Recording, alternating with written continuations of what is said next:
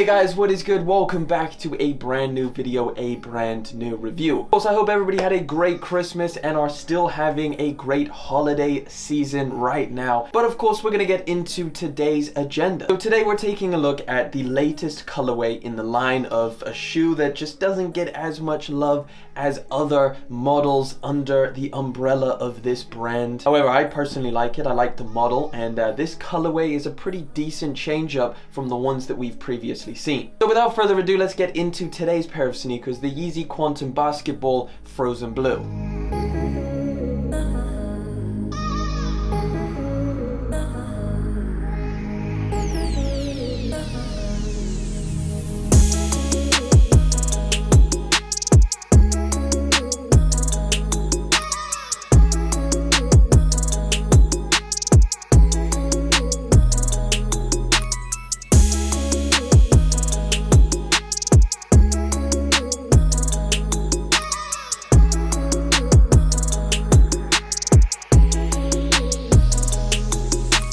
Alright, here we go. We've got the basketball version. Got it in hand. Of course, it says basketball at the front. Now, just keep in mind there was two different versions. The QNTM Lifestyle, which would come in a box that looks like, oh god, it would come in a box that looks like this. So whichever one you got, whether it was the basketball or the QNTM, then you just know that it will say different things on the lid. Either way, let's slide this bad boy open, because I'm pretty excited to take a look at these. Oh yes, frozen.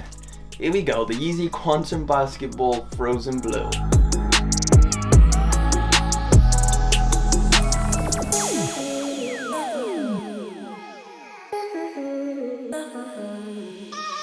This Yeezy QNTM is so confusing. The entire lineup is just so random. Not only do they have two different versions, the QNTM Lifestyle and the QNTM Basketball, but also every single colorway has differed slightly from one to the other.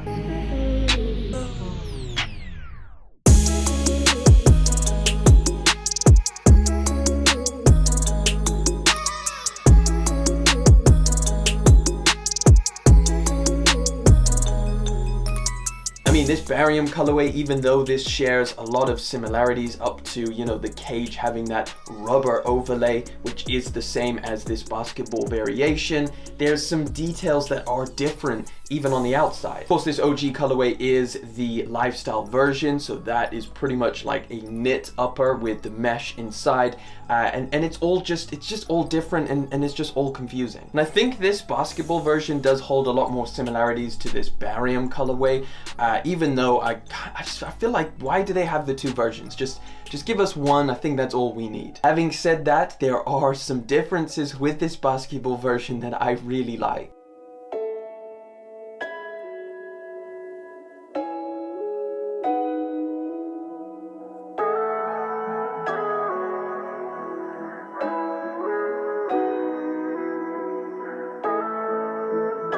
But of course, before we get into that, let's get into some of the specifics on this pair. The two versions released kind of similarly to how we've seen other Yeezys released when they have a reflective variant. This basketball version released the day before on December the 22nd, and the regular lifestyle version released on the 23rd of December.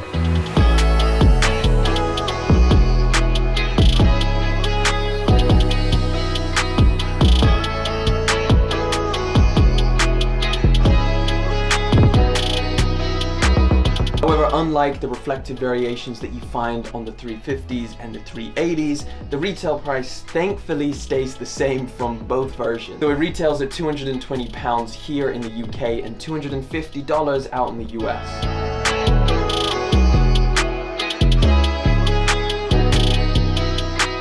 Both versions were relatively easy to grab on release day. I feel like if you wanted it, you should have been able to get it. I don't think there's any disparity between the two different versions in terms of the resale market. I do believe that they're going for roughly the same, which I think is under retail. So if this is something you wanted to pick up after the fact of the release, you probably can do that and may even get a little bit of a bargain.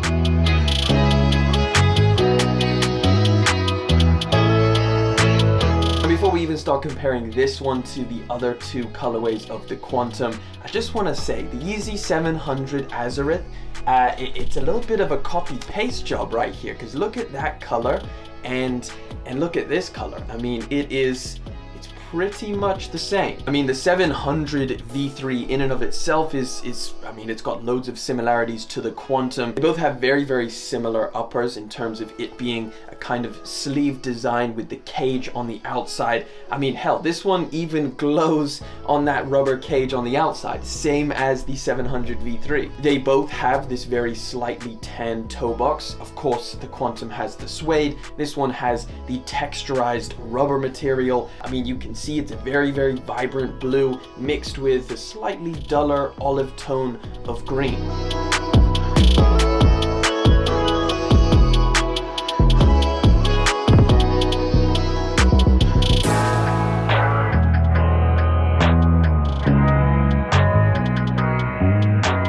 Now, the most interesting part, which I found a little bit surprising when I got this shoe out and tried it on, is just basically everything that's going on around the top here. So for starters, this basketball version has an elasticated back, which, you know what, this makes a massive difference. This is heaven to put on your foot compared to the struggles that goes along with this very tight backing.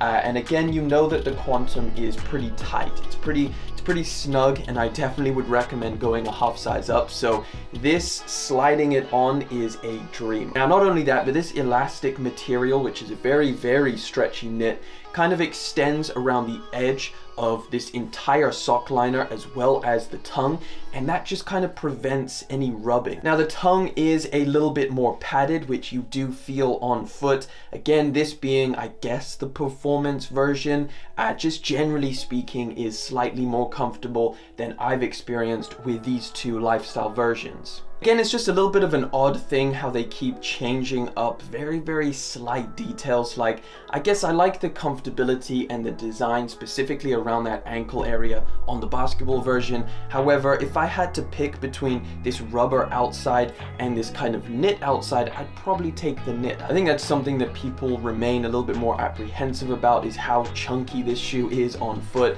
And yes, it is pretty chunky, but at the same time, I kind of like that. So it is always worth trying it on, and I think you might be a little bit surprised. But hey, this is an awesome colorway. It definitely makes the Quantum lineup a little bit more vibrant, a little bit more pop. So if that's something you're into, I definitely recommend this shoe. I really, really like it. But that about wraps it up. Thank you so much, guys, for coming through, liking, commenting, and of course subscribing. I will catch you all in the next one, but until then,